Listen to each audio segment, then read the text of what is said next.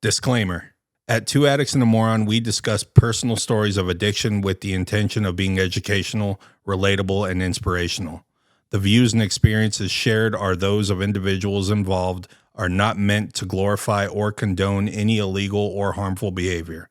This content is for educational purposes only and is not intended as professional advice. If you or someone you know is struggling with addiction, we strongly encourage you seek help from a qualified professional or support service. Welcome back to another episode of Two Addicts and a Moron. Man, I have a confession to make. I'm pretty fucking hungover. Are you? Yes, I love it. I haven't had to feel it in a long time, man. Thank God. Dude, I'm the moron. I really proved it last night. Dude, me and a couple buddies just went out and love it. pool hall, and I got trashed. Woke up like the crypt keeper fucking this morning. Just like, it was fucking, yeah, so. Do you feel like shit? Oh, yeah, dude. You know, headache and had to do all the ibuprofens and water. The pizza just went a long way and soaking up fucking Soak some of it up. Thunderdome from last night. So when I used to drink and fucking wake up with a hangover the next day, Yeah. I used to take a Jaeger bomb the next day. Yeah. And they would say like that your body's craving the sugar. So if you take a shot the next morning, Yeah, it's it hair kind of of the makes dog. it feel a little bit Right, better. hair of the Yeah, dog. it was a fun night. It was fun, but pretty. I drank a little too much. Yeah, I mean, I never went to bed. I mean, it was when I was downstairs, I mean, 3 days All my later, days just rolled yeah, in. 3 days later, I finally drank enough to pass out. You know? And then it just happened all over again. When me and D go out, like I tell people this, I'll still have a drink here and there, right? It doesn't send me off to the fucking races. But sometimes she'll drink to where when we get home, she's fucking not feeling good.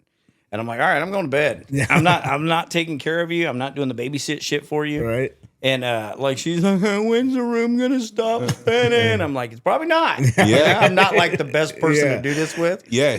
And she'll be like throwing up and shit. I'm like, come find me when you're ready to fuck. Yeah. I'm not taking care of Then you. we'll be good. Yeah. I'll be in the room. Just wake me up.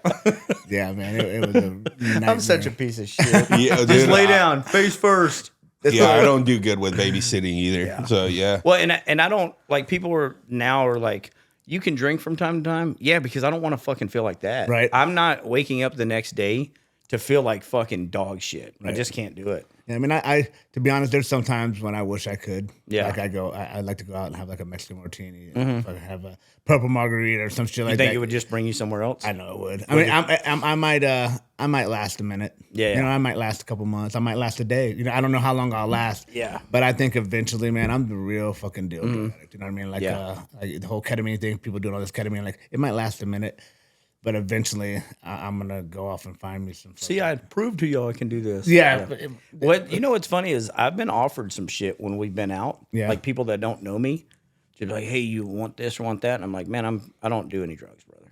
And like back then, I'd have been like, "Fuck yeah, I want some of that shit." I mean, I would have it with me. Yeah. But it's always like a test, and I pass the test on that every single time. I mean, I've seen my ex-wife is still kind of in her thing, man, and she's dropped a pipe in the car, you know, she's dropped a bag in the car, those kind of things. But I'm doing it right, and I'm like, damn, you know, I told you not to bring that shit, you know. But it didn't really do anything to me. But I will say, whenever there was a time about me being 8 months sober after I got out of the SMART program, I was at Solstice when it shut down. I was watching the house for Cole. And I used to keep these prayers in my wallet. It went to jail with me. It went through the SMART program with me. It's been with me forever. Yeah. And I still got that wallet. It's fucking crazy. But yeah, I kept these prayers in my wallet. And I remember sitting there at Solstice, and there was a friend I had over there, my son, and we're sitting there, and I was like, oh yeah, I got these prayers I want to show you. And I'm trying pulling out everything in my wallet, and I feel this like little lump. I'm like, that's got to be them. Okay. I dig in there, can't get it out. I try to get her to get it out. I try to get my son to get it out. I was like, I'll go get a knife. I start pulling it out. I see the fucking top of it. It's a fucking bag. Yeah. It's like a 70 sack of dope. Really? And I'm like, what the fuck? And like, honestly, that was the first time in my life I felt like I was high without getting high. Like it was like a euphoric kind of like feeling. Yeah. I was like, I felt like I was high, you know, and I was like, I need to get this shit out of my hands quick. Yeah. You know, and I went to the restroom, and when I went to the restroom, I remember thinking, I was like, they won't even know if I don't flush it. I had that thought. I was like, they would never know, you know what I mean? And I'm sitting there thinking, I was like, but you know what? I was like, I'll know. I'll know. And then I was like, everybody who helped me out through this, you know, it would all went for nothing. Yeah. And I remember I just flushed that shit down the toilet real fast. And I remember it even still gives me chills right now, kind of thinking about that day, man. But I remember calling Cole, and his dumb ass was like, yeah, I just found that. I was like, I just found there's like 70-second dope. He's like, well, did you do some? I'm like, no, dude, I didn't. He's like, I would have. I'm like, whatever, man. Like, just kind of his way of doing shit. I was like, no, man. I was like, I threw that shit away as quick as possible. And yeah, I mean, it was literally like I was high. You know what I mean? Like I felt like I was high, and I didn't do any dope. You know what I mean? Yeah. But it was like I was almost, I guess, about a little over a year sober. I was 7 months out of like treatment. It was it was a crazy feeling, man. I had like anxiety about it. I had all kinds of different feelings about it. See, I don't think in my first 2 years, if I could have probably drank here and there, definitely not early in 6 months or 7 months, because I would have wanted more. Right. It wouldn't have been enough. 100%. Like, this isn't enough for me. And luckily, when we've been out, nobody's dropped a pipe in front of me or offered me meth. Right. I've been offered Coke and Molly, and I'm like, those were never my things anyways. But I don't. Hopefully, nobody ever offers me meth. But I'm so far into it now, I already know what I'd say. I'm like, nah, thanks, but no thanks.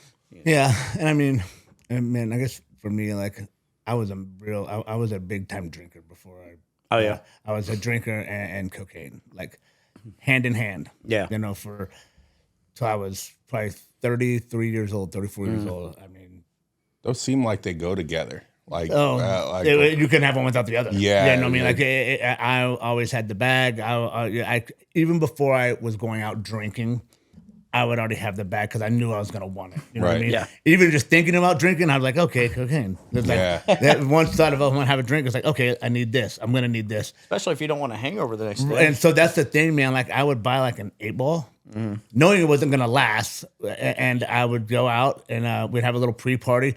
And then we'd go downtown. Like, we lived downtown, like Tuesday through like Sunday. That was like our life, you know what I mean?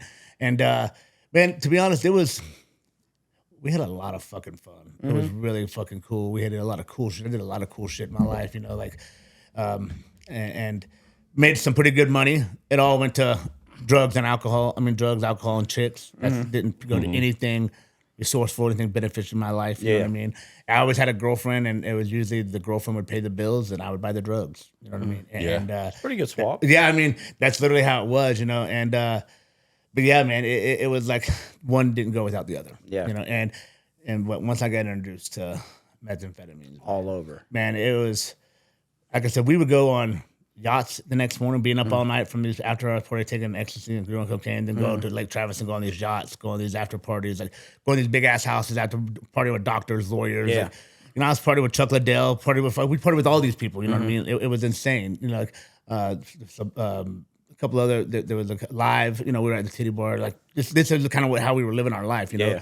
and if you kind of think about it, man, me and my group of friends, even though we were a bunch of fucking idiots, it was like we were like famous downtown, dude. It was crazy. Yeah. It really was. You know, it was like a small group of friends, but it's like we lived down there so much that everybody knew us.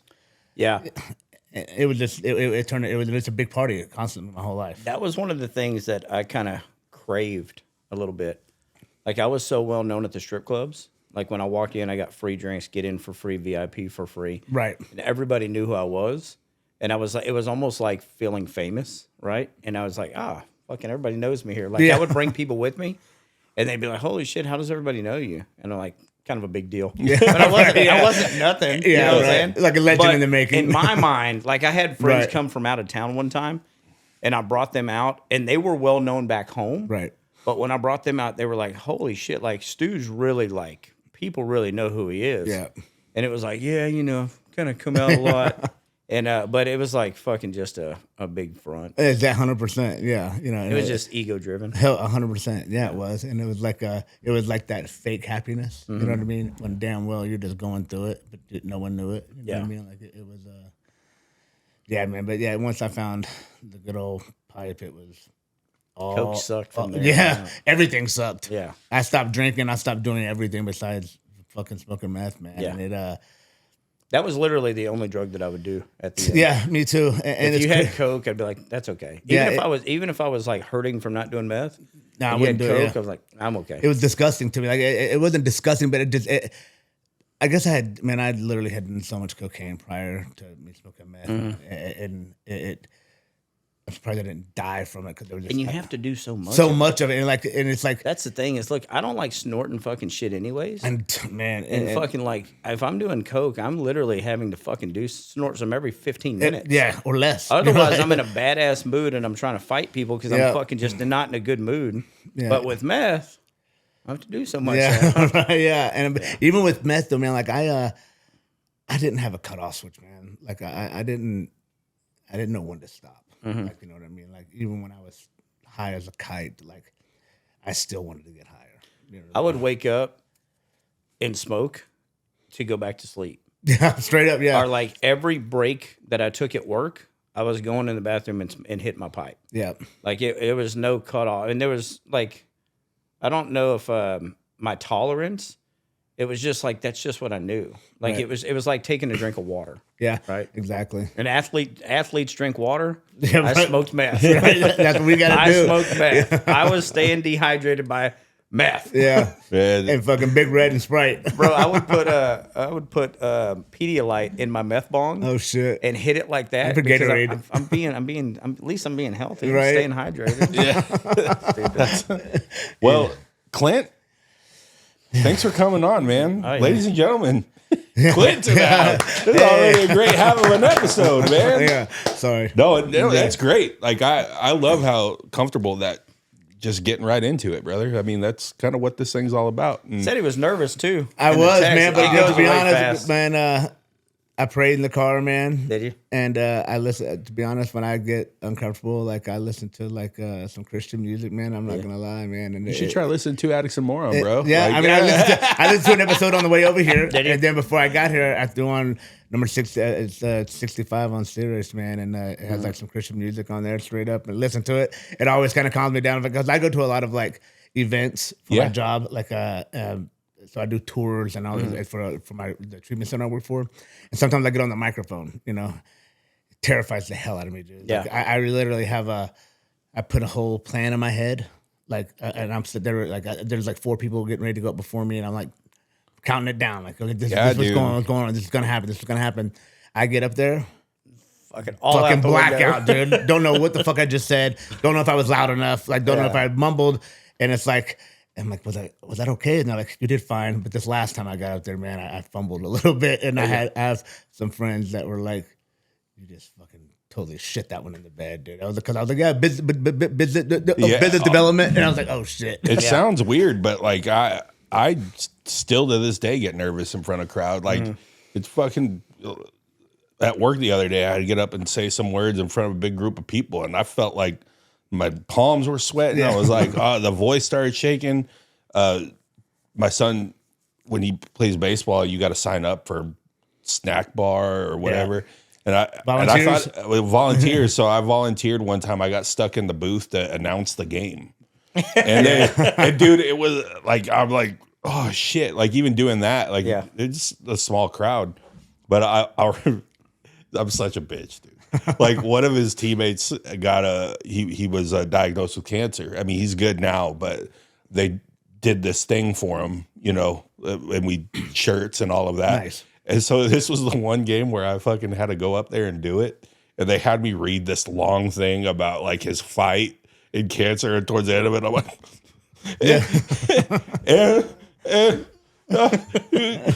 he's fought hard. And I was like, you're such a bitch. You're fucking making a fool of yourself. Yeah, dude. That was the day y'all got the most donations. Yeah, no shit. With my bitch ass crying in a booth. Bro, I Bro, cry all when- the time these days, man. I cry about everything. I cry every day. I mean, it is what it is. Like, I always tell people we make this look easy, Yeah, but it like when is. when we go somewhere, like when we went to Iowa, Oh, dude. if you put me in front of the camera, like on the spot, I'm fucking like very awkward. Yeah. I don't fucking like. I'll let Moron do most of the talking, and I'll just be like, yeah, hyping him up. I bet, yeah. No, I'm good with cameras. He's, like, he's better than me, and I'm like what's the DJ's name? Flavor Flav. Flavor Flav. I'm like the fucking hype man. I love it. Let just moron fucking take it because I'm fucking super. Even Destiny's like, why do you suck so bad when I don't know. Like if we try to do like a little fucking intro on something, just to put I suck. I'm fucking not good at it. Yeah, I'm not good. Like when Nemo came and we did that fucking the lip syncing thing. Yeah. I was terrible. Like I was like, shit. He probably just wants me to just get out of the fucking video. You know? Yeah. But yeah. Well, so how long you been sober, dude? 6 years, a little over 6 years, man. June 25th, 2019. Yeah. Nice, man. And I never thought I'd have 5 minutes, man. Yeah. I think a lot of my people didn't think I'd have longer than 5 minutes. You know what I mean? Man, I've been drinking and doing drugs for a long time. The crazy thing about it is, man, like, so I come from a long line of alcoholics and addicts, you know, brothers, sisters, both dads, you know, like cousins, aunts, you know, there's a long line of them. The only people that didn't do any drugs was my mom, my older brother. My older brother, when he turned 18, he was like, I'm getting the fuck away from all you crazy asses, man. He knew the chaos. He saw the chaos. So he went to the Air Force and made a really good life for himself. My mom, she was just a old school woman, man, that took care of 5 crazy ass kids, man, that did the best she could, you know, like she never really understood drugs and alcohol, you know, like she'd be like, why can't they just stop? You know, she finally did towards the end, man, before she passed away, you know, she finally understood, you know.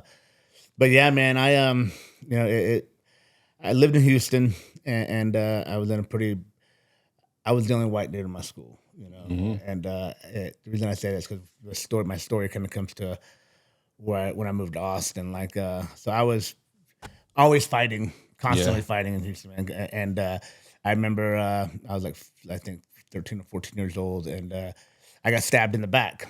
No way. And my mom was like, nope, this is it. She's like, you're getting out of here. Y'all gonna get in trouble here. You need to move, or you're gonna die. Y'all need to move to Austin.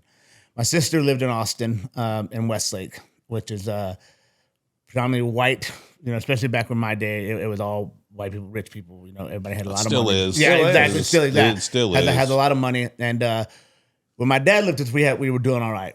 But when I was 11 years old, he said he was going to work and never came back. So he took off. And so my sister lived in a trailer out, and we called it the hood. So I was like the new kid that at Westlake in like sixth grade, and I was a little thug, man. Yeah, I was a little punk. Had the backwards Notre Dame hat. Yeah, Starter jacket. You know, I had a hat that said 100% legit. You know what I mean?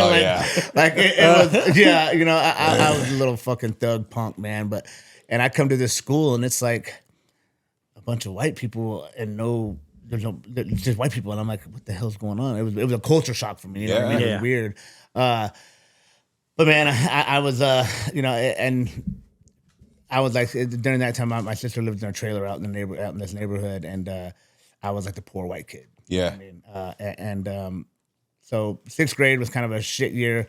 7th grade, I started playing football, and I was pretty good at football. So I became friends with a lot of people. Started becoming friends, but a lot of the girls wouldn't talk to me because they thought I'd beat them up, because it got around that I was a fighter. Yeah, and that everybody would say about it. So I guess back up, I one of the popular kids, big kid in the school, me and him got into a fight, ended up beating him up or something like that, and so it became like the whole school. And the reason I say this is because my whole life, kind of what I thought I was something, I wasn't. When I got sober, I realized I wasn't this person. You know what I mean? But for a long time, I thought I was this guy who was just this fighter. That people knew me as a fighter. That people, that's kind of what I was. You know, so it's like a thing to hang your hat on too, right. As a man. You know, like we always think, right. I'm tough or whatever. It was a prideful thing too, a pride thing. Right. You know what I mean? Like, and that was kind of my identity right. for a long time, man. Like, you know, when I got into high school, like, it got around that I said I could beat everybody's ass in the school. Never said that once. I never said that, but every upperclassman tried to fight me. Mm-hmm. You know what I mean? It was like, and so I ended up fighting all the time. And I'd end up winning, you know, but it was like, that was like what my life consists of, you know what I mean? And I was the poor white kid, just blah, blah, blah. But I had a lot of friends that had a lot of money. You know what I mean? Yeah. But we were all pretty close. But the funny thing about it is everybody would come to my mom's trailer and party. You know what I mean? Like, you know what I mean? It was like, There's always that house. There's always right. those And that was my parents, house. man, You know? that, And my like, mom, she would leave to go with her boyfriend. And my mom, like I said, I love that woman with more than anything in the life. She did everything she could to try to help us, man. And she probably enabled us some because all she wanted to do was love us and take care of us. Yeah. But we were crazy. She couldn't do shit. You know what I mean? We were going to do what we wanted to do. So yeah, man. And it was like, so yeah, I basically was this known fighter, you know, fought a lot, was, you know, and a real asshole, you know, my whole life. And, you know, the only thing, like once my senior year, and the reason I passed school and did everything that I was supposed to do was because I loved football. I just wanted to play football. You had to pass to play. Yeah. And so that's the only reason I went to school was because I love football so much. But my senior year, I quit football. I'll never forget one of the coaches hit me in the head. Like a fucking idiot. I got mad, walked off. But prior to that, I was already hanging out with the wrong crowd, which everybody knew it besides me. You know, like my You're mom. just my fucking friend. Right, exactly. You know, coaches, everybody, you know, they call my mom, hey, he's hanging out with the wrong crowd. He needs to get back into football. I'm like, no, mom, I'm hanging out with these people are great. They're fine. You know what I mean? Yeah. When they're not doing anything wrong. Well, I was hanging out with the wrong crowd. People were smoking weed, you know, those kind of things. And I used to beat people up that smoked weed. Like I was told myself I would never become like the people in my family. I would never do it. I wouldn't do it. So I would drink, but I never did drugs. Like I was not going to become like the people in my family. Right. Well, after I quit football, I remember sitting in this there was a trail from my mom's house to my sister's house, man. And I remember sitting in that trail, taking my first bong hit. And every dream, everything went out the window that day. Yeah. Like I can literally, looking back on that now, like all motivation, everything I wanted to do in my life was gone that day. And I started from there, started doing acid, you know, mushrooms, ecstasy, and cocaine. And then it just was just cocaine and ecstasy for so long, man. Man, it was, you know, I didn't graduate high school, you know, I left my senior year. We went to state that year for football, which is like the best thing you could do, you know. And Typical of Westlake too, right? Man. Yeah, the odds are pretty good that you're going to make a deep run, right? And you know, it was that's what I love to do. And come to find out, you know, I fucked all that up. And I don't hold any regrets in my life besides quitting football, man. Like, and I've done a lot of bad shit in my life. Hurt a lot of people, especially people I love. You know, like that's probably who I hurt the worst, for the people I love. You know, my son, my mom. You know, but the one thing I regret is walking off that football field that day. Yep. Yeah, it's high school is an odd place, and I actually just had this conversation with my son, but we were talking, and it was like, don't enjoy these years. Like the 4 years of high school are the best times of your life, in my opinion, because it's like where you get to kind of get to play adult without all the responsibility, right? You get a lot more freedom to go out and do the things. So that's why I bring that up, man. It's like you quit something that you really, really love doing, and you can look back on it now and be like, I think about that. Like if I wouldn't have quit, like what would my life look like? You know what I mean? Yeah, because it probably would have been different. It really would have. If I probably would have listened to my coaches, listened to my mom, it would have been different. I would have stayed in school. You know, I would have done things different. Let me ask you this, because this happened with me. I wasn't good with authority figures from men, right? Because my dad really wasn't around. Same here. So I didn't like to listen to men tell me what to do, especially coaches. Yeah. So I remember that's one of the only regrets that I have in life is that I quit playing sports. And I remember whenever I quit, it was because all my friends were quitting, right? So I was like, "Fuck it, I'm quitting with them." Right. And I remember his name was Coach Ragsdale. He was like, "O'Brien, don't follow everybody else. Fucking just stay, because you're good at what you can be really good." And I was running track at the time, and believe it or not, I was pretty fast. And I was like, "Nah, I'm fucking quitting. They're all quitting. I'm going with them." And I remember he sat there and talked to me for like 30 minutes, and it was just in my mind that, "Fuck you, I'm leaving." Yeah. And like, if I could go back, I don't really have too many regrets in life, but that's one thing that just to see how good I could have been. Yeah. Yeah. But it was, I didn't like to be told by coaches, especially men authority, what to do or how to do it. I was never good with that. Well, you talk about community too, right? Yeah. In your recovery, and that's a community, Yeah. right? Like my son's baseball team, they're tight knit. The football team, same shit, and then kind of the athletic department. Then it's like, oh, we go hang out with the softball girls and then athletes is one Right. big solid community, right? Like when you give that up, to me, it's like you got to. That's what high school is about too. Is find the chess club, find the theater club, find what. It doesn't have to be sports, but find a thing, right? Like find something that you're passionate about fucking doing and hang out with those people because they'll support you. And I found out what I was passionate for: drugs and alcohol. You know what I mean? And it was. And they supported me. Yeah, they supported me. We supported each other. You know what I mean? Like it. But you let go of the passion. 100%. You let go of traded one for another. Right. Exactly. Sounds like. And yeah, for sure, it was. And like I said, I don't regret it. I mean, a lot of things about life. There's two really regrets. And one is quitting football. And one is my little brother. He had a daughter, and she died about 2 weeks after she was born, and I didn't go to the funeral. Were you high? I was high. Yeah. And to this day, it still kind of fucks with me, because, and I don't, Did you know about it and you just didn't show up? No, I knew about it. Yeah. I knew about it, but Did you try to lie and say you didn't know about it? No. I would have. He knew it was up. Me and my brother, my little brother were pretty close, and he knew exactly why I wasn't there. You know what I mean? And I just didn't answer the phone. I was geeked out of my mind, man. Like I mean, another buddy of mine that was supposed to be there, and it's kind of one of those things where you let time just kind of, you don't say anything about it, you don't talk about it, it just kind of is there. Yeah. And still to this day, we've kind of mentioned it to him, but I probably need to sit down and have a long conversation. I still haven't done that. You know what I mean? To be honest. I was just about to ask. I mean, we've talked about these kind of things, but I've never like sat down and like, and plus, like he's just now newly sober. Like he's got like over, what is it, maybe 2 years or something, maybe a little more. I'm not for sure. So he was in his shit for a long time. I was in my shit for a long time. You know what I mean? So it was kind of like, just kind of got brushed under the rug. And especially if it's still something that affects you. Yeah, exactly. Yeah, I do. And those are things. Some of the things I do though, man. Like I fucking know. Like when I was 3 years sober, I almost had a mental breakdown. Like I had for 3 years of my sobriety, I was doing everything the right way. Going to meetings, reading the book, journaling, meditating, doing all these things that got me to where I needed to be. Because it was life or death. Like I had to do these things or I was not going to make it. I was going to die. That's kind of, that's just the way it was going to be. And at 3 years, I'm like, I think I'm good. Not, kind of getting complacent, got comfortable. You know what I mean?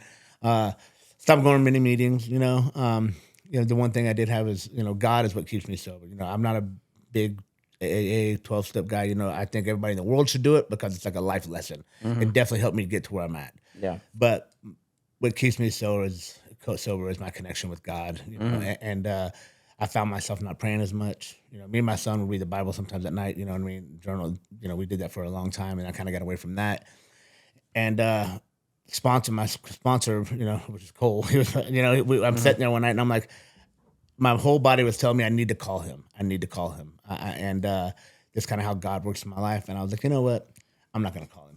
He has a life. He has a family. I'm not gonna. Yeah. I can do it on my own. I got this. That was on a Friday. That Saturday, I'm like, I'm losing my fucking mind. I need to call somebody. My stubborn ass still didn't call anybody. Sunday morning, he calls me. He's like, what's the man? Just checking on you. I was like, just fucking broke down, sobbing, crying, like ugly crying. You know what I mean? And he was like bad, man. And he was like, well, this is what happens, when you don't do the things you need to do. Yeah. I'm like, what do you mean? He's like, well, what? He started naming off the things. And I'm like, no, I haven't done that. And he's like, wake the fuck up. Yeah. He's like, this is why, He's like, you're in long-term sobriety now, man. He's like, this is going to happen. He's like, he's like, I've committed myself 3 times in the last 15 years, like, you need to do these things. And I was like, damn, man, I really, like, for me, I have to continue to do stuff in my recovery, or I won't make it. You know what I mean? Like, But it's easy to get complacent, just for everyone, Right. right? Like, I mean, you start gaining a lot of confidence, and you start but the shit doesn't stop, right? Like, and I know the work, you can start letting that go because of life, dude. You got a kid, you've got this whole life. You guys got this whole life outside of here. It's real easy to start letting go of quick little things that got us to where we are. Motherfuckers Exactly. like you I gotta do them. to stay on your top of whatever it is that keeps you where you're at. Right. And that's just what it is. That pride starts coming back, man. When that pride starts coming back, you know, the ego starts coming back. You're like, I don't need this shit. I got this. Shit. Yeah, I don't got shit, bro. Straight up. I know on my worst days now is I'll start praying, and then I'm like, fuck, I haven't prayed in a long time. Right. Like it's been like, and then I'm like, I'm literally coming to you to ask you to save me, but then I feel like a piece of shit for asking you to 100%. save me. So I'm just like, hey, I'm just checking in. Yeah. Because now I don't want to You gotta ask you reword it, like, like I was literally coming to you for help, but now I'm like, I probably don't even deserve your help. This is kind of how, because I haven't talked to you in weeks. Right. And then like, I know when I'm feeling spiritually unfit, I need to go to a meeting. Yeah. I don't go to as many meetings as I used to, but on the weeks where I'm like snappy or just not feeling grateful, especially when I'm not feeling grateful, because I can become ungrateful real quick, is like, man, I need to catch a meeting. I need to go find a meeting somewhere. Yeah. And that's kind of like the same way with me, you know, like I, you know, recently went to a couple meetings, man. Like I didn't go to one for like a year, you know, and then I had someone be like, hey, you should come to this meeting with me. And I was like, oh, okay, let's go, you know, and that was God telling me I needed to go, you know what I mean? And I've went 3 or 4 times here in the last couple of months, which is good, you know, for me. But yeah, man, I know for me, like, I've got to continue to do some of the work. If I don't, I get the first person to tear my shit down quick. Yeah. I am my first worst critic. You know what I mean? I could have people all over telling me, "Oh, you're this, you're that. You're helping me. You know, you give me hope. You inspired me. You do all this," and I'll be like, "You're full of shit." Yeah. You know what I mean? Like, and that's kind of like what it was. My like 3 years sober. Like I was doing really well in my job. I was moving up. You know, I was helping people out. You know, people were telling me how I give them hope, or just by telling them my story. And I was like, I felt like I was a fraud. I felt like this is bullshit. You know what I mean? Yeah. I was like, this is like, am I really? You know, started thinking, am I really? You know, like, and it started really getting to me. You know, and you know, of course, I started. I did some inventory. You know, I hated doing, but I did some inventory. I started praying again. Started reading the Bible. Started doing a little bit of journaling. About 2 weeks, I was back to where I needed to be. You know what I mean? And you know, I don't think I'll ever be like 100%. You know what I mean? Yeah. You know, I'm a single dad. You know, it's been me and my son for 10 years. You know what I mean? Just me and him. And the last 6 I've been sober. But you know, prior to the first 9 years of his life, I was, you know, not the dad I needed to be. You know what I mean? So yeah, and he sees the difference from where I was, you know, to where we are now. You know what I mean? Like I tell everybody, he's been to hell and back with me, man. Like, you know, he's and he doesn't want any part of the bullshit me and his mom went through. You know, he has seen some shit that he probably shouldn't have seen. You know? But you know, we both came out on the other side. You know what I mean? Like, when I got better, he got better. Yeah. You know, and that's one thing to this day, man. Like, I guess I am. Like, you know, there's still a little bit of shame there with my son. You know what I mean? Like, if I'm being 100% honest, like, I never thought in a million years I would hurt him the way I did. You know what I mean? Like, not be there for him. You know, like I should have been. I was just an adult body at the house. Yeah. While he played the game, I wasn't physically, emotionally connected at all. You know, I was out there in the fucking yard making weapons. Like that's what I did, dude. Like I was in my garage with the fucking. I'd make knives and swords, man. Like, and the crazy thing about it is that was like fucking normal. Like I would get like in my garage, you know, I had the grinder. Fucking, I was like, and I used to never wear a shirt, man. So I probably look like, and I had a missing tooth. Yeah, I probably look like a fucking. I was a crazy person. You know what I mean? You know. And that kid just wanted me to love him, man, and be loved. You know what I mean? And it was just like, I think the only thing I did right was get him to school on time and pick him up and throw him some food every now and then because I was so worried about CPS. You know. Look, man, I think you got to give yourself a little bit of a break. Yeah. And and you said something that I think a lot of people need to hear, whether you're in recovery or whatever. But you said something that kind of hit home, which is he got better when you got better. Yeah. It's that order that needs to happen, right, for a child, because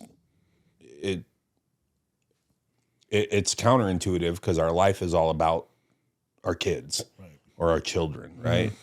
But if you're not happy and they're looking up to you as the beacon of that happiness or sadness or whatever the fuck you're going through, right? They're looking up to that, right, wrong, or indifferent. So it's difficult to say, like, I have to take care of me first in order for them to be looking up at somebody that's a good example or role model. So I think you got to give yourself a little bit of a break. It was what it was. Yeah. And it's going to, I'm just like with his daughter. I mean, the miseducation that they got, all you can do now is teach them that was the example of what not to fucking 100%. do or what to be. Yeah. And I never had that education, man. My education was fucking seeing my dad, you know, doing drugs, you know, beat my mom, fucking did my sister and them doing drugs. The drugs, it was just chaos in my life. You know what I mean? And I would always say, it's not gonna happen to me. It's not gonna happen to me. Sure, fucking enough, it happened to me. But man, like you said though, you know, like when I got better, he did get better. And the thing about it is, man, like I'll say, like, you know, he was in a bad spot. When I was in jail and I was in treatment, you know, he was at my mom's house, you know, and he was playing the game. And one of the things that one of the things that I didn't realize was I guess how sad and depressed he was. And so when I got out of jail and I was trying to talk to him about things, you know, like, you know, things, he would tell me these things, that he would cry, you know, in the bedroom, you know, because I wasn't there, his mom wasn't there, you know. But, you know, we worked on a lot of things, man. Like there was a lot of things that we, you know, me and him were still like there was no lies between us. You know, like he's my little. I watch y'all's videos. Y'all have a really good relationship. Yeah, man. Like I said, he's like your best friend. He is, man. Like it's you know, he's man. That's what I was telling you earlier. Like, he's 2 years left in high school, man, and I need to figure out what the hell I'm going to do because I'm like, I need to find a girlfriend. I need to find another hobby or something, man. 'Cause I'm gonna be like twiddling my thumbs, man. Like, just move to college with him. Yeah, right? He'd love that, you know. Alex, if you're watching, come on now, Alex, if you're watching. I don't know who that is. Bullshit. But yeah, we're about to get this story. I'm okay with it these days. So let me ask you this: before we get into Alex. Oh shit! So I used to have a lot of guilt and shame for the kind of dad that I was for Kaylin. But if I could go back and change it, I don't think that I would, because I'm glad that she got to see what not to be. Does that make sense? 100%. And I'm glad that she has for being a 10-year-old, she has an education that's beyond a 10-year-old, especially when it comes to drugs. Right. Period. And she can tell you what they all are, what they do, how they make you feel. And I'm very glad for that, because I don't like if I went through all that and then didn't teach her from it, and she didn't get to see it, and then down the road I found out like she's doing what I used to do, I'd be like, fuck, what? I didn't teach her. Right. You know what I'm saying? Yeah. So do you still have guilt from that, or are you glad that you went through that and he was able to see it? Because like you just said, he's like, fuck that. I don't want any fucking part of that shit. I don't think I have guilt towards that, man. Like I said, I've educated him on all the drugs, talked to him. Like, we have an open line of communication. That's something I didn't have when I was growing up. Yeah. It was like, you didn't talk about shit. Yeah. You know, you fuck it, you know. We were talking about this today. I'm sorry, I don't mean to interrupt. Remember when we was in school, it's like, don't do drugs. Yeah. But just say no. Just say no. But there was no education about nothing. It. Yeah. Like I was asking Kaylin today, does she know what human trafficking is? And she's like, no. And she's 10. So I'm thinking like, should I explain this to her or not? But on her school, when I walk in, it says stop human trafficking. But they're not teaching. But they didn't teach it. Yeah. And then she was like, well, Dad, it's the same thing with drugs. They gave us a bracelet saying don't do drugs, but they didn't explain nothing to us. Yeah. Like, it's So, crazy, man. yeah, Like, it's insane. And that's the thing, like, with my son, like, he's seen a lot, but also I've talked to him about a lot of things. Yeah. Like I said, I've educated him on the drugs, you know, about what's going on. And that he might have that gene in his body that, hey, you know, you take a drink, you might fall in love with that shit. You know what I mean? So you really got to be careful, you know what I mean? And thank God, so far, you know, he doesn't want any part of it. You know, he doesn't want to deal with it. He's seen all that shit. But I think the big part of it is like the education part of it. You know what I mean? Like, educated him, talk to him about it, having that open line of communication, and, you know, and being honest with him. You know what I mean? Like 100%. I didn't have that growing up. You know what I mean? And with Caden, man, like I've told him this before. Like he helped save my life. You know what I mean? He did. Like you know, he is. I keep myself sober, but he is my motivation to stay sober. You know what I mean? Like 100%. The things I do, and I do everything for him. You know what I mean? Like you know, there's no guilt toward what I've done. Like I said, there's not many regrets, just those two. You know, I don't. It made me who I am today. You know, 100%. And I was a pretty shitty person. You know, 6 years ago. You know, what I mean? I was a person. That's going back to the whole fighting thing. You know, like when I got sober, I realized that was not me. You know, that was a facade. That was like what people known me as, and that's what I thought I was.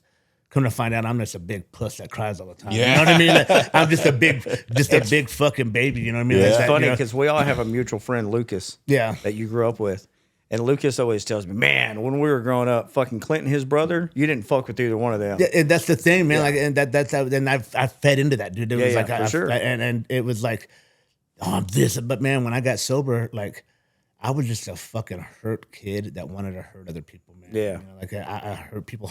You know what I mean? Yeah. Like, and I didn't know what to do with it, so that's what I did. You know what I mean? I didn't have anybody to talk to. You know, I had all these crazy ass emotions, saw a bunch of crazy shit when I was growing up, man. Like, went through a lot of crazy shit, you know, and that was my outlet. You know, what was fighting. Yeah. You know, that it's gonna sound fucked up, but I loved it. You know what I mean? Like, it's what I liked to hurt people. If I'm being honest, you know what I mean? Like, and now looking back on that, I couldn't imagine doing that. Yeah. You know, like I couldn't imagine like hurting someone like I did. You know, and I had a real like eye-opening experience. But so I've been going to Austin Ridge Church, man, for 6 years since I've been sober. Yeah. And there was a guy, and then when I got baptized 6 years ago, me and my son got baptized, and there was a guy who lived in my neighborhood who I used to bully him and his brother constantly. Like I was just an asshole, man. I did a lot of bad things, man. And he told me a story. He was like, "Yeah, let's go to lunch later. You know, I've seen that you kind of changed your life. You know, let's go to lunch."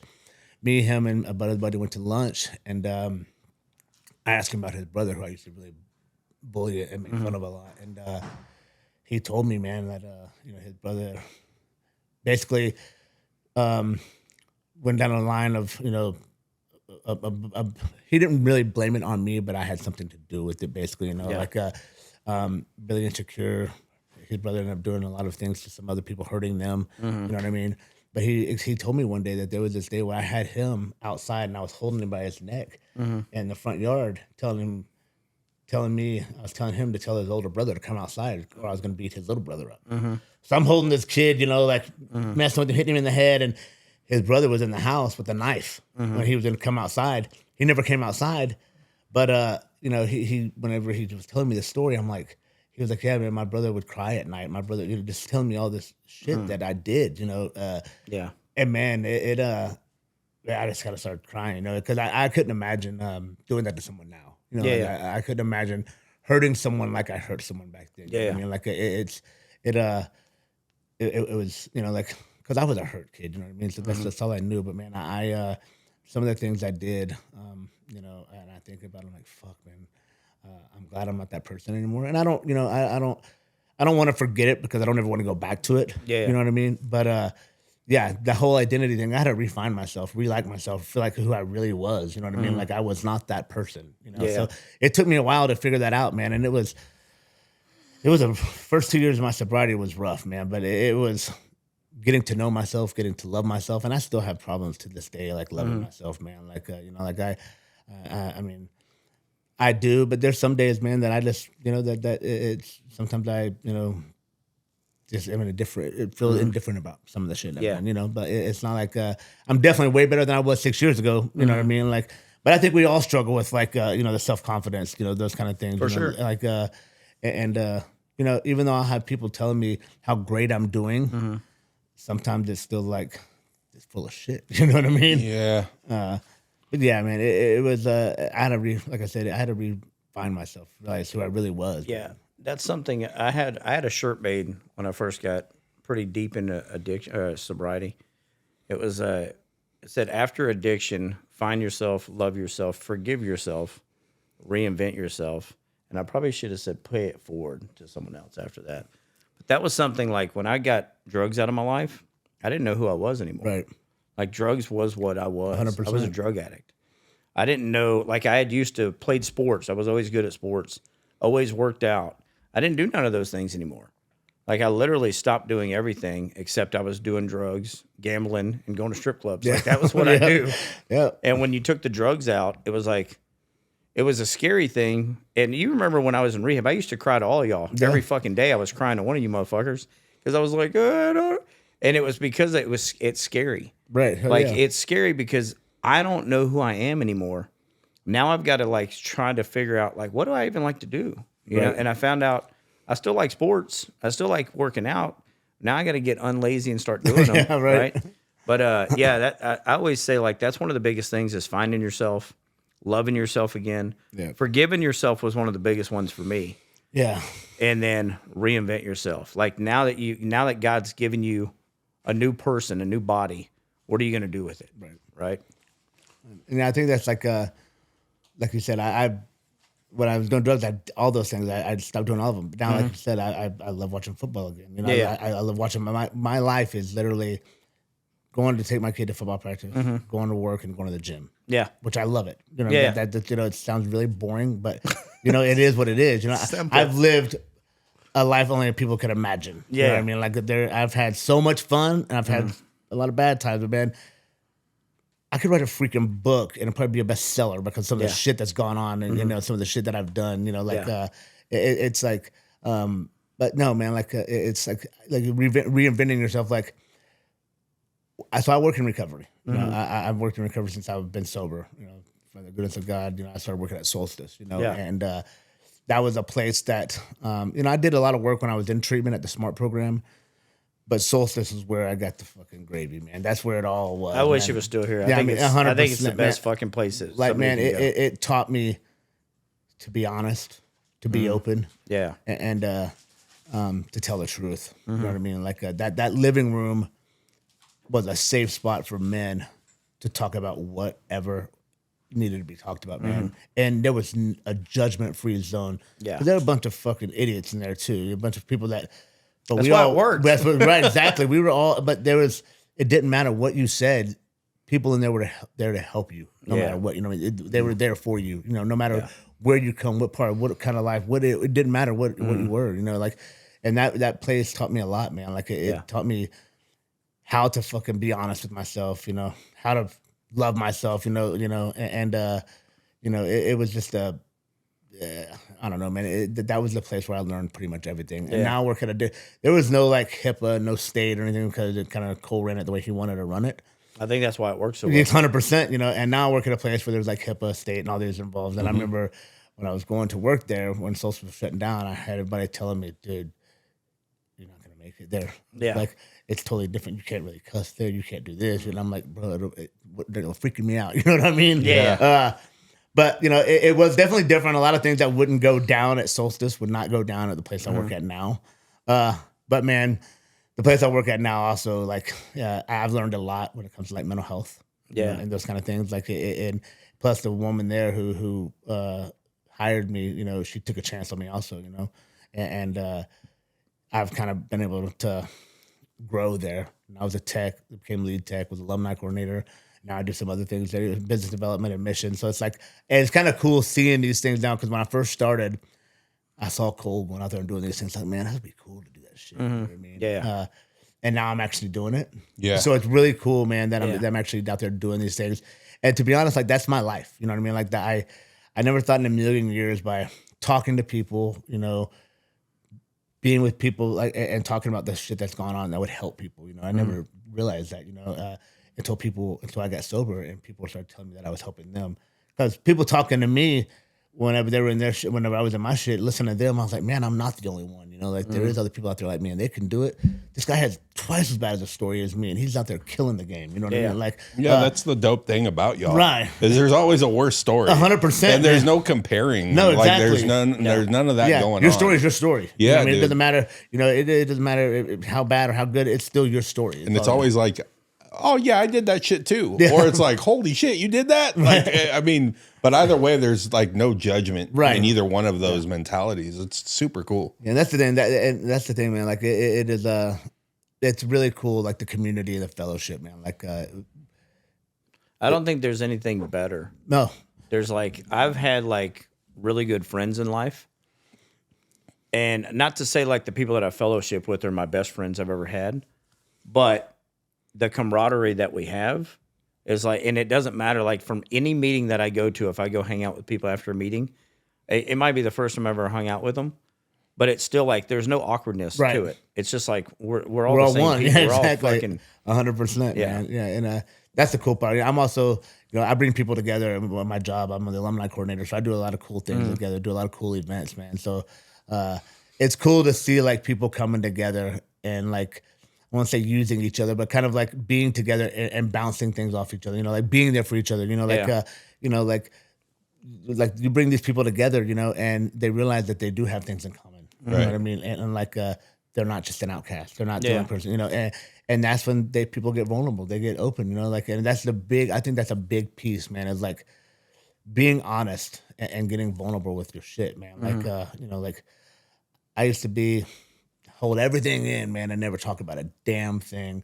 And now I probably say too much, you know, like, you know, I say whatever, you know, like, but that's what helps me, man. Like little conversations I have throughout the day at work or when I'm out doing whatever, like those little conversations I have are needed to happen. You know, I mean, they're happening for a reason. I firmly, really, truly believe that because after I get through talking to like an alumni or something like that, I feel better. You know what I mean? Like, and like they tell me like that I'm helping them. I mean, y'all have no idea what you're doing for me. They're helping you, know, too, they're helping me the same. Like you have a day sober, you don't know what you just did for me. You know what I mean? Like it goes both ways. You know, it doesn't matter about the time. I'm just like you, man. I'm no better, no worse. We were in the same. You know what I mean? Like, and that's what people gotta understand, man. Like we are no better, no worse. We're all the same. We're just trying to here to help each other. I used to always hear, and you've heard this too, the newcomer's the most important person in the room. That's why most of the meetings I go to are newcomers meetings. Right. Just because like I'm almost 4 years sober from drugs. But I don't want to forget that I can be right back to where you are quickly. Like a few wrong decisions. We were talking about this at work the other day. New Jersey Dan, he was asking, how long, if you relapsed, how long would it be before you went broke and lost everything? With the money that I have saved and what I have. And I said, probably 2 months. Like it would go quick. I would blow it all. Because I know that my mentality, if I relapsed, I've already fucking lost. And I've already broken promises to my daughter and this and that. I'm just going to fucking go all out now. And he was like, he didn't even think he would make it 2 months. He was like, I don't even think I'd make it 2 months. I don't know if I would. Like, I mean, it'd be 2 months before I'm getting kicked out of this fucking place. My cars are getting fucking taken away. Right. Fucking people are looking for me. Yeah, man. I don't know. I know for me, and I think about this a lot. Like, if I was to ever go out because of the fentanyl and everything that's out there these days, I don't know if I'd make it back. Yeah, you know, I don't know if I would. I have no cutoff switch. It's fucking all the way gas to the floor. You know, there's no stopping. You know what I mean? Like, and I just don't know if I'd make it because of all the shit that's out there these days. Well, man. that's the scary thing about the people that we know in recovery now. Right. Is like when we were doing meth, we didn't have to worry about fentanyl being in the meth, right? I think towards the end, I started worrying about. That was one thing I started getting scared about. Was I think I did meth one time that had it in there, and it fucked me up. And I started worrying because that was when I got sober in 2022. That's when fentanyl started really becoming a big deal, 2021 time. And I started worrying about that. And then, you know, there's people that we went to Solstice with that aren't here anymore that used to do fentanyl. And I used to tell, like Seth, for example. I love Seth. One of my favorite people I've ever met. I used to talk to him all the time and tell him, like, My relapse and your relapse are totally different because you do what you do and I do what I do. You might not come back from yours, right? Because of what you do. And he knew. Like he was like, I know, I get it. But that's the disease that we have. And it's like our homegirl Alicia said, she always feels like when we lose somebody that they ended their suffering. They're no longer suffering.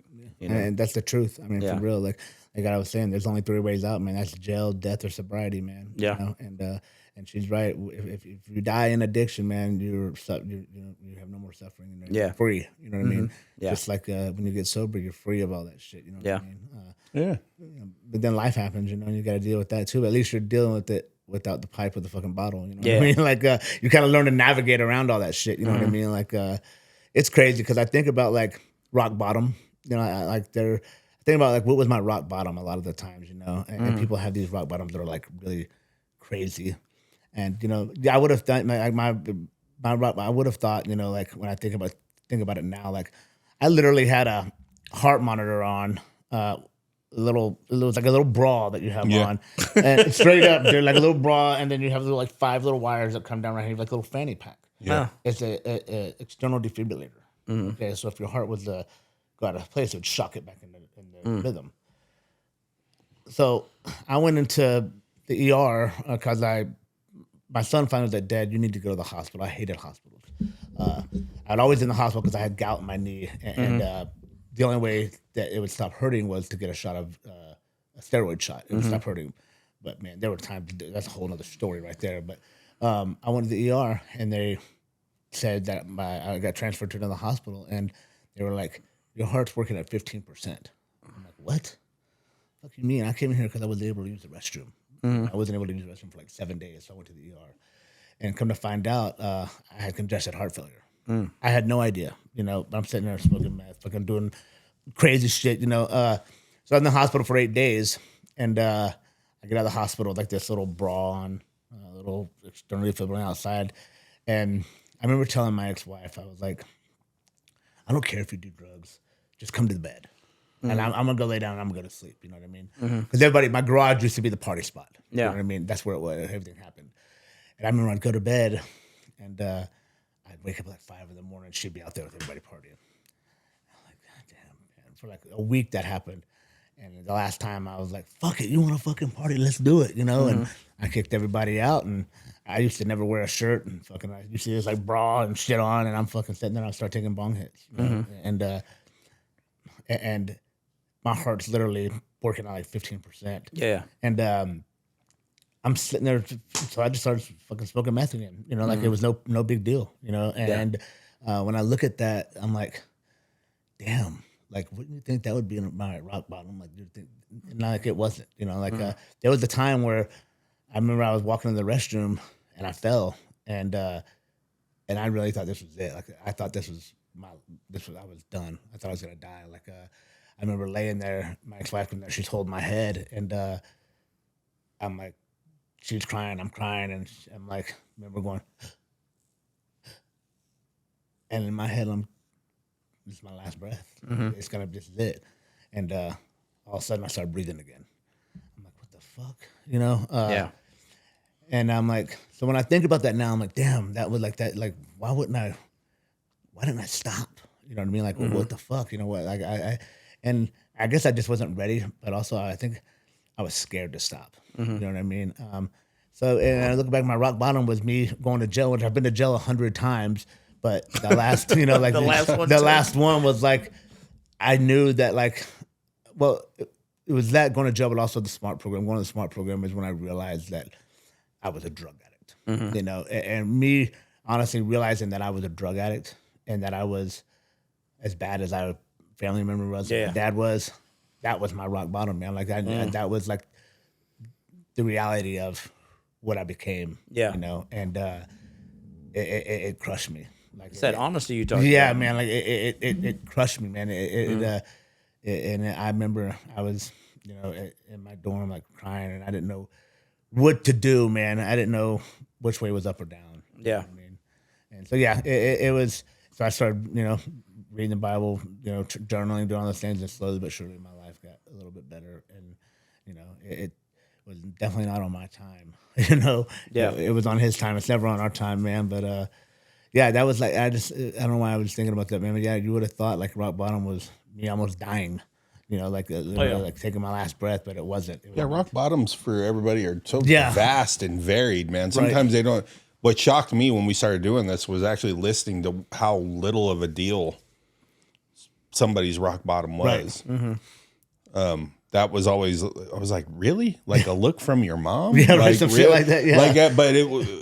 But then it's everybody's looks different, dude. You would think It's fucking like, someone shooting up dope in the corner, fucking with Dr. Pepper or some shit. You know, like it's like that's not no. It's like you said, someone, a mom, or yeah, someone, like or dad looked at something you like super small and minute. Sometimes I feel like sometimes it takes anything at the right moment. That's what it was for me. Because like people would try to get me sober for a long time and I wasn't ready and I didn't want to be. And I didn't think I had a problem either. Like fucking, this was just whenever I finally admitted that I was a drug addict, I don't think I did that until I got sober, really. It was like when people would call me a drug addict or a meth addict, I fucking hated that. Mm-hmm. Someone called me a meth addict. A cop called me a meth addict one time and I was like, fucking, how dare you? right. How dare you? Yeah. And I didn't ever believe that I was anything like that until I probably went to Solstice. That's probably when I realized, like, holy shit, like, I have a terrible problem. Like, I really do have a problem. I can't control it either. Like, I was completely out of control. And, you know, but yeah, I think that honesty and that vulnerability, that's a big part, you know, whenever you finally say, you know what, this is a problem. And like, there was 1,000 times before that were way worse for me. Like, you know, getting robbed or fucking people pulling guns on me or this and that, or having friends die from what I was doing. Like, there was a lot of times that was way worse. And there was a lot of positions when I was in a way worse position for me to get sober, but it just didn't take. It's just like, but like the time that I got sober, it was something that had already came up many times. There was a few times that I was going to lose my daughter anyways. But for whatever reason, that was the perfect time for me. And, you know, I was like, I'm ready to be past all that. I was fucking 41 years old, still fucking doing an 8-ball of meth. You know? I was 44, man. Yeah, you know, like, I mean, it took 44 years to finally click, man. Yeah, I'm better late than never, bro. Yeah. You know what I mean? Like, straight up. I honestly didn't think I was going to live to be 25. Like, I literally did not think I was going to live to be 25. Here I am at 50. And I'm like, I'm like, what the fuck? Like, I made it to 50 years old? Like, I used to tell people that I wouldn't make it till 25. And when I made it past 25, I would always tell people I'm on God's time. Yeah, straight up. Like, I'm on God's time. Yeah. So that's why whenever I see people that get sober when they're young, like 17, 18, 19, 20, 21, I'm like, fuck, that would be fucking incredible. Yeah, man. That was not my realm. Yeah. Sobriety. What was sobriety? That was prime time partying girls, man. Like I didn't want to be sober. You know what I mean? So I give a lot of kudos to and a lot of these people that come in at 17, 18, 21, 25 years old, like wanting to figure out why they are doing the things they do, wanting to figure out why they are feeling the way they feel. You know what I mean? Because it takes a lot of courage, man, and a lot of guts to come into one of those places, man. You know what I mean? If I didn't go to jail and then go to treatment, I would have never went. It was the scariest thing I've ever done. Right, 100%. You know, and that takes a lot of courage for these people. Yeah, for people it to was get the there. scariest thing whenever we decided I was going to rehab. Because I didn't decide it. My fucking buddy decided exactly. for me. People at work decided for me. It was the worst fucking, what do they call that? When you get together and you have a fucking... Intervention or something. It was the worst Intervention, intervention ever. But it wasn't really an intervention. It was just Yeah, it was just, you know, but I But the remember... friends that gave a shit, huh? yeah, just a bunch of people who gave a shit, and I he was remember ready. it was to call my mom, to call Kaylin's mom. I was terrified to make that to call my daughter's mom. I was like, this is not going to go well. Like, I was terrified. It's the most scared that I've ever been. And once I got that call out of the way, I was like, cool, I'm ready. Like, Nice. Rehab was simple. Like, it was fucking summer camp, really. Yeah, I mean, but plus that place was special, man. Yeah. It was. For But sure. yeah, man. If I would have went to one of these big book thumping places, or I told you before we got on here, if I would have went to a co-ed place, ain't no Oh fucking yeah, way. like I think they all serve their own little. They do. they did for sure. You know, you're gonna pick things up, and like you said, the place you're working, the worst boy shit probably wouldn't fly, but. But it does the same. It does help a lot of people out, you know. Well, that's what I mean. Yeah. Is like there's people that I feel like would thrive only in a worst boys environment. 100%. You know what I mean? Like he's one of them.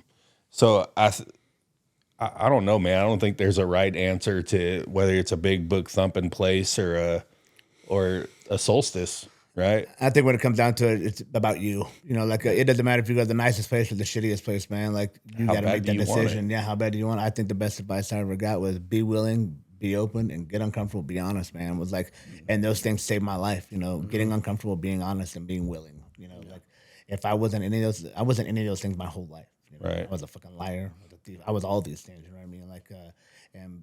You were everything they told you not to be. That's right, straight up. You know, everything you shouldn't have been. Yeah, and when I shut up, and for me, man, I was a know-it-all, so I finally shut up and I listened. You know what I mean? Like, and that was a big piece, man. Like I said, when you're ready, you're ready. You know what I mean? And I think if you're not ready, you're not ready. You know what I mean? Yeah, like, it really amounts to that. But like I said, you can go to the shittiest place or the nicest place, and it's really up to you if you want to take it in or not. Yeah, that's that show intervention always like.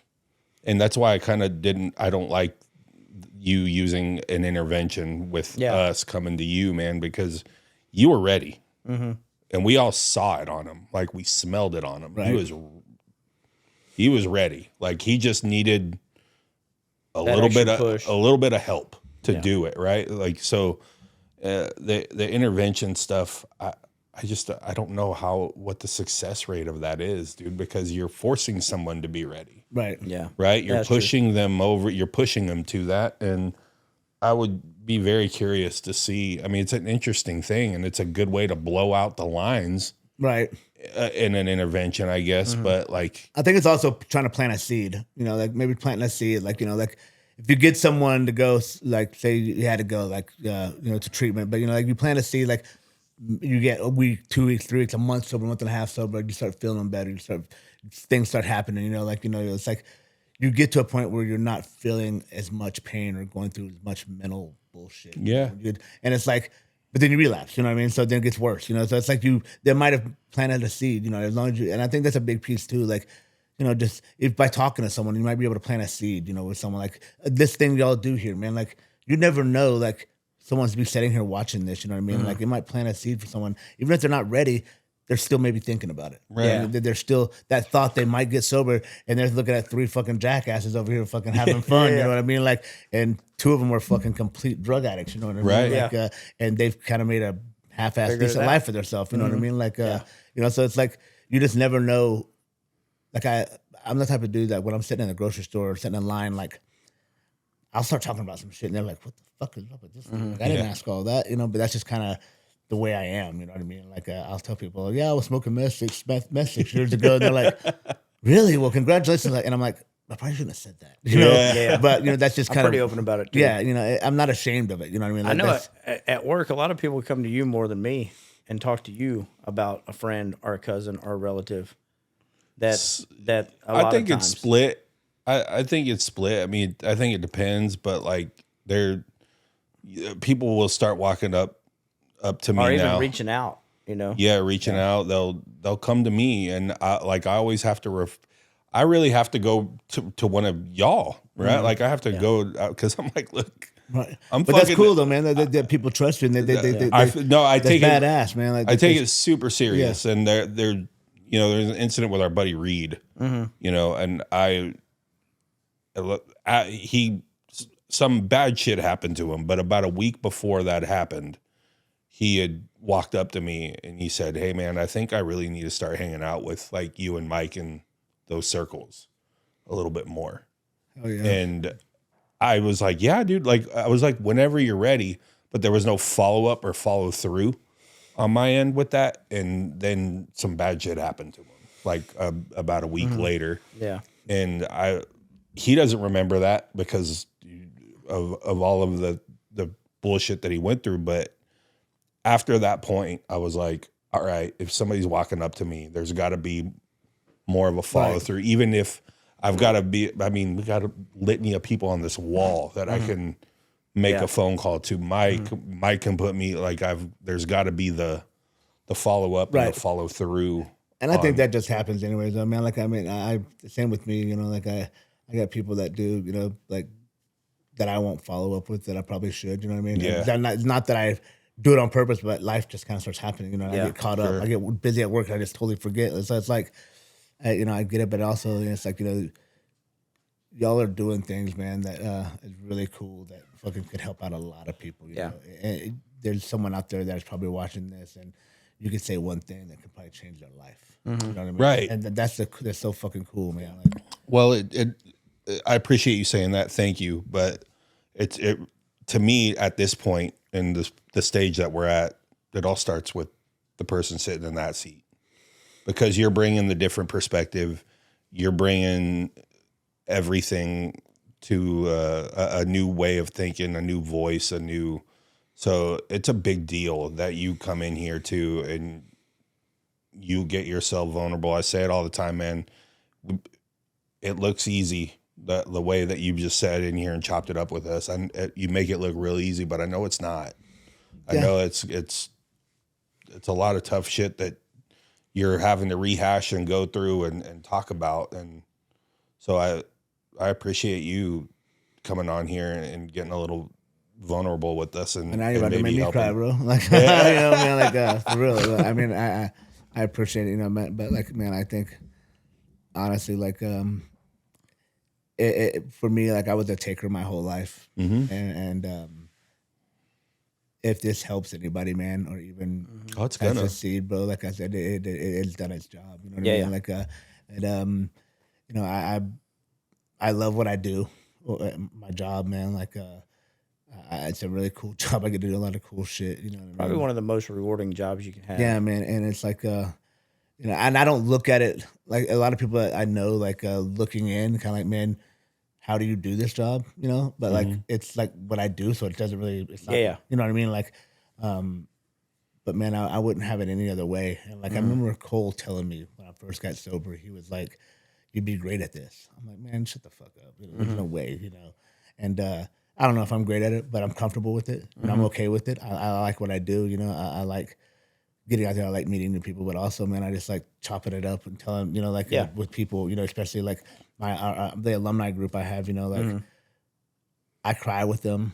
I laugh with them. You know, I let them know I'm just like one of them. You know what I mean? I'm no worse, no better. You know, like the days I'm struggling, you know, I'm honest. I'm struggling. You know, like you know, there's no bullshit. Just because you get sober, man, doesn't mean it's gonna be fucking sunshine and rainbows. Yeah, it doesn't mean all the fucking trouble. Yeah, it's not like, you know, no, dude. Like, you're gonna have some shit days. You know what I mean? There might be shit months. You know what I mean? But I've learned to, you know, navigate without fucking picking up the pipe and the fucking bottle. You know what I mean? Like, and I owe a lot of that. You know, I think Nicole was on here. He said it the best. You know, like, God is who saved my life, but he's right. We put in the work to do that. You know what I mean? Yeah. And he does the rest. Yeah. He does. You know what I mean? But like, you know, he shows up in my life all the time. Like, and if I wasn't sober, I wouldn't be aware of that. You know, you wouldn't even recognize it. And that's the thing. Like, and he does, man. Like, he blatantly, like, there's so many instances where I've been done. Like, I'm, you know, like I've been at my wit's end, and you know, and like my mom passed away. You know, like it was the second hardest thing I ever do in my life. You know, getting sober was probably one of the hardest. My mom passing away was just as hard. But if I would have been connected to God, I don't know what would have happened to me, man. Because she was our rock. She was our everything, you know. And when I got sober with my kid, you know, like, it hurt when my kid was like, "Dad, you weren't a good dad," you know, because I wasn't. You know what I mean? And I was not. But if I didn't have God in my life or God in my heart, I wouldn't be able to take that, you know, and build off of that. You know what I mean? And be a different person. You know, like, and now, you know, of course, he is. He knows, you know, like, I don't know if he knows how much, but like he knows that he has helped save my life. My son has, you know what I mean? Like, he is, you know, he's a good kid. He's like, he doesn't want any part of the bullshit. And it's kind of the kind of relationship. It's kind of a little short story, but the kind of relationship we have. So we went to the Mike Tyson fight about a year ago, whatever. And we're sitting in the line getting a Coke. And he's like, "Dad, this is really awesome. This is freaking cool, man. We're here at the Mike Tyson fight." He's like, "What's really crazy is you were smoking crack 6 years ago. And now we're here at the Mike Tyson fight." I'm like, "No, it was meth, but still."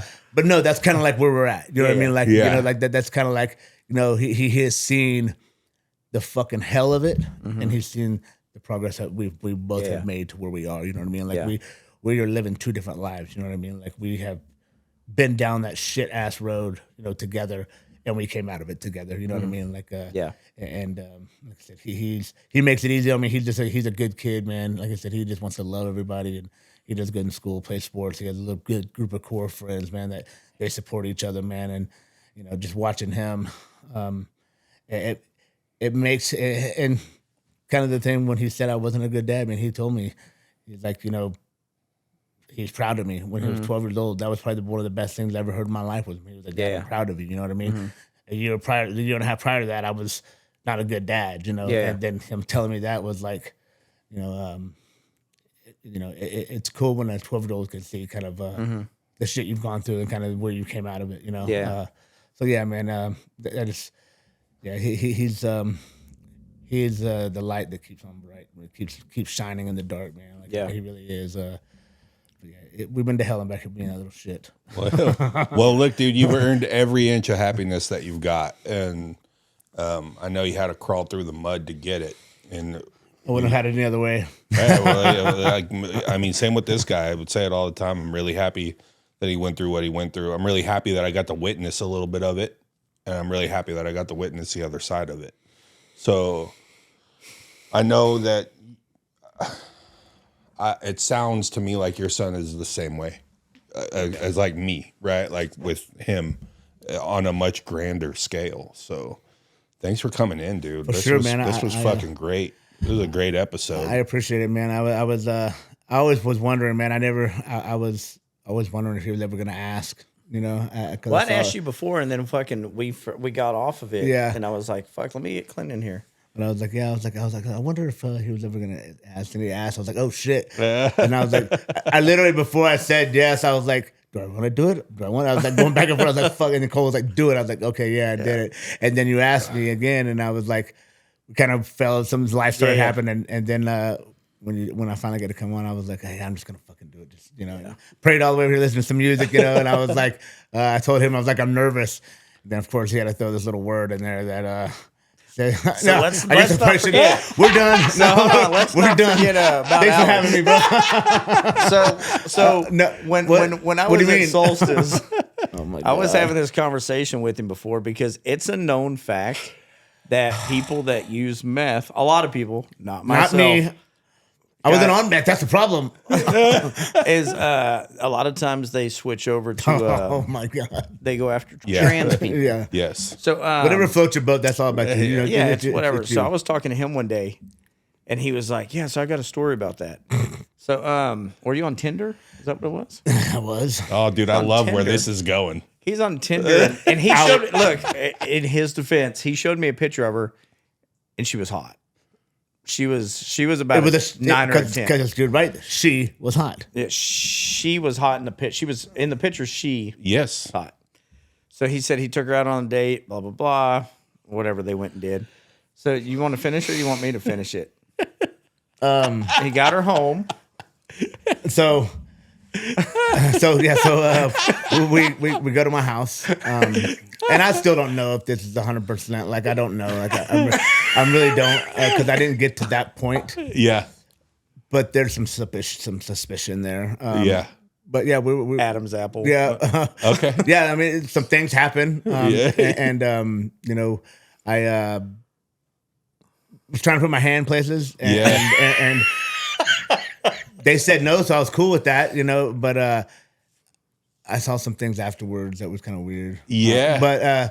And I don't know. Like I said, I don't know. I don't know 100%. That put it that way. So I'm gonna go with the 10% that it was a woman. Yeah. But it is what it is. And the thing is, I was 2 years sober.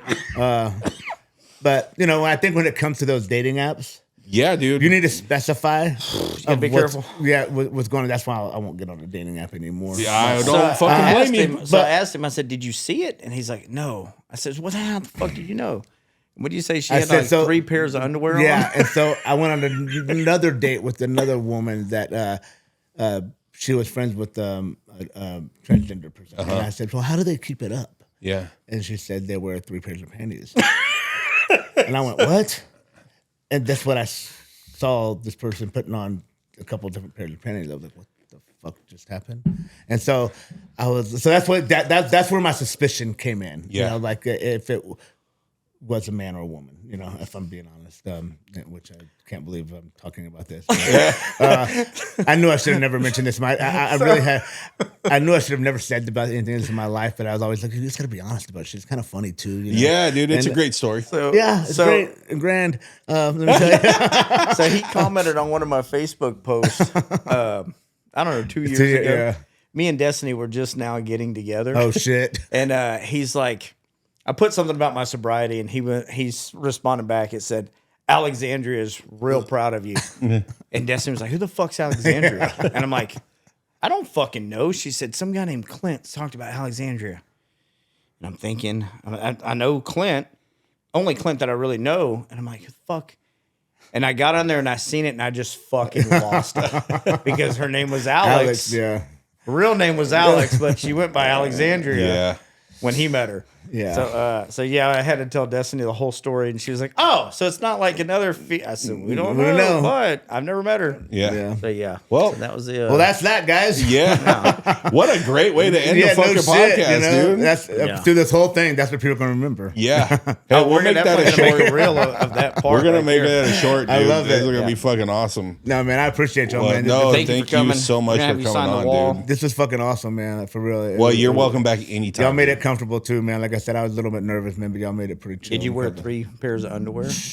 Don't tell me about it. Okay. Hey, look. I only got 2, man. It's all right. You're welcome back anytime. We'll definitely have Hell you yeah, back man, on. for sure. We need to get all the worst boys on here. We thought about bringing like 4 or 5 on at one time and just having a round table. Like That'd Evan be said scary, he would dude. come. You gotta get Johnny on here then. Johnny's the one that I haven't asked yet because he's too fucking smart for me. Yeah, and he might scare some Johnny people. makes me uncomfortable to talk to because Johnny's dude, like he's just too smart. He is, man. When it comes to especially this shit, like he's fucking a professional. His mind is always working. Yeah. like a philosopher. Yeah, Yeah. And you he's never some deep know, shit, like, man. Like that. what are you trying to fucking do right now? Right. Like you're trying to fucking get around or get over on me somehow. It's like he that's how he makes me feel. Sometimes. Yeah, and but he knows his shit, man. Like he Yeah. fucking, like you said, he's like a philosopher, and I hate saying that too because I don't want to give him any props. Oh, yeah. But he is, man. I actually just saw him about a week ago at the store, Yeah. and he even asked me the same question. I haven't seen him since Seth's funeral. Yeah. It'd be cool. That'd be a cool episode, man. Yeah. So before we cut loose, man, I think we need to send some well wishes to Rob. Okay. Oh yeah. Yeah, Black Rob. Black Rob. One of my favorite fucking Episodes. One of my favorite guests. His name is Robert Golson. Yeah. Oh, I met him before. Goes by Black Rob, and he caught a bad break here recently, and found out that he's got cancer. Mm-hmm. Damn. And so I know there's a GoFundMe going around. Yeah, we'll put it on the link. We're gonna put it on our link for this episode. Donate whatever you can. We're gonna get some people from work to donate. Yeah, but Rob, we love you, and fight your ass off with this thing. We would love to have you back in here whenever you're ready to do it, and we love you, and I think that's just a good place to leave it. Oh yeah, man. I also lost my mentor this weekend. Oh, Yeah, I had he passed away about a week ago. He was actually the reason I came to Austin. Mm-hmm. He's the one that trained me in sales. Mm-hmm. And then me and Courtney from work moved to Austin because of him. Me, Courtney, and Jackie, all 3 of us. Oh, okay. And I went to his thing yesterday, and it's crazy because I haven't seen him in 20 years, 12 years, something like that. And I was thinking about like the parts that people play in your life through your life. Like as you get older, like you leave people behind. I don't want to say leave them behind, but you move on to other things and you kind of lose contact. Right. But I was thinking yesterday, like how quick life goes and how much of an impact someone can have on you. Like if I didn't know him, I wouldn't have ever been to Austin. I would have never met Kaylin's mom. I would have never had Kaylin. I'd have never met Destiny. It's like there's so many plays in there that he was a part of, even though he didn't know he was a part of them. Mm-hmm. And like he was like a father figure that I didn't have growing up.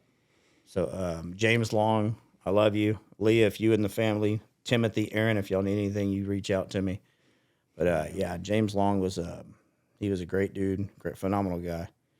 It was funny because at work, we used to. I was telling the story yesterday. When we would call in sick, we would have to talk to him specifically. I fucking hated talking to him because he was gonna be an asshole to you. Like you're gonna tell you you're fucking your mother if you're not coming to work. Yeah, I love it. So I would call in and be like, "Hey, I'm not coming in today." And the secretary, and her name was Kim. She's like, "Hold on, you got to talk to James."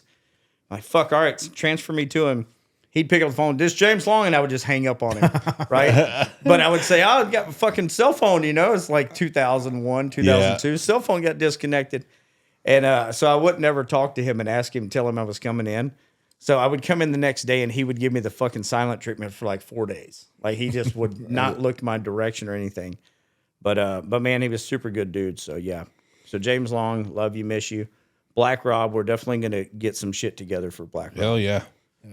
He's one of the best. He's one of the funniest people that's came on this podcast. So funny, naturally And, funny. He's the only person that I know that calls himself by his skin color, Yeah, like Black Rob. I mean, and I almost feel weird calling him Black I Rob. felt weird, Right? Yeah. until he signed our He wall. signed it He Black signed Robert. it Black Robert. Like so, and he put black in black. Like that just tells you how That shows fucking you, right? Hell just yeah. shows you how fucking great of a guy that is. Well, you keep how fighting, funny brother. of a dude. Yeah, But yeah, for sure. keep fighting, and we're here for you and anything that you 100%. need. But great episode. Two Addicts and a Moron. We're out of this motherfucker. Thank you Joe, very we much, miss man. y'all. Appreciate Thank it. you.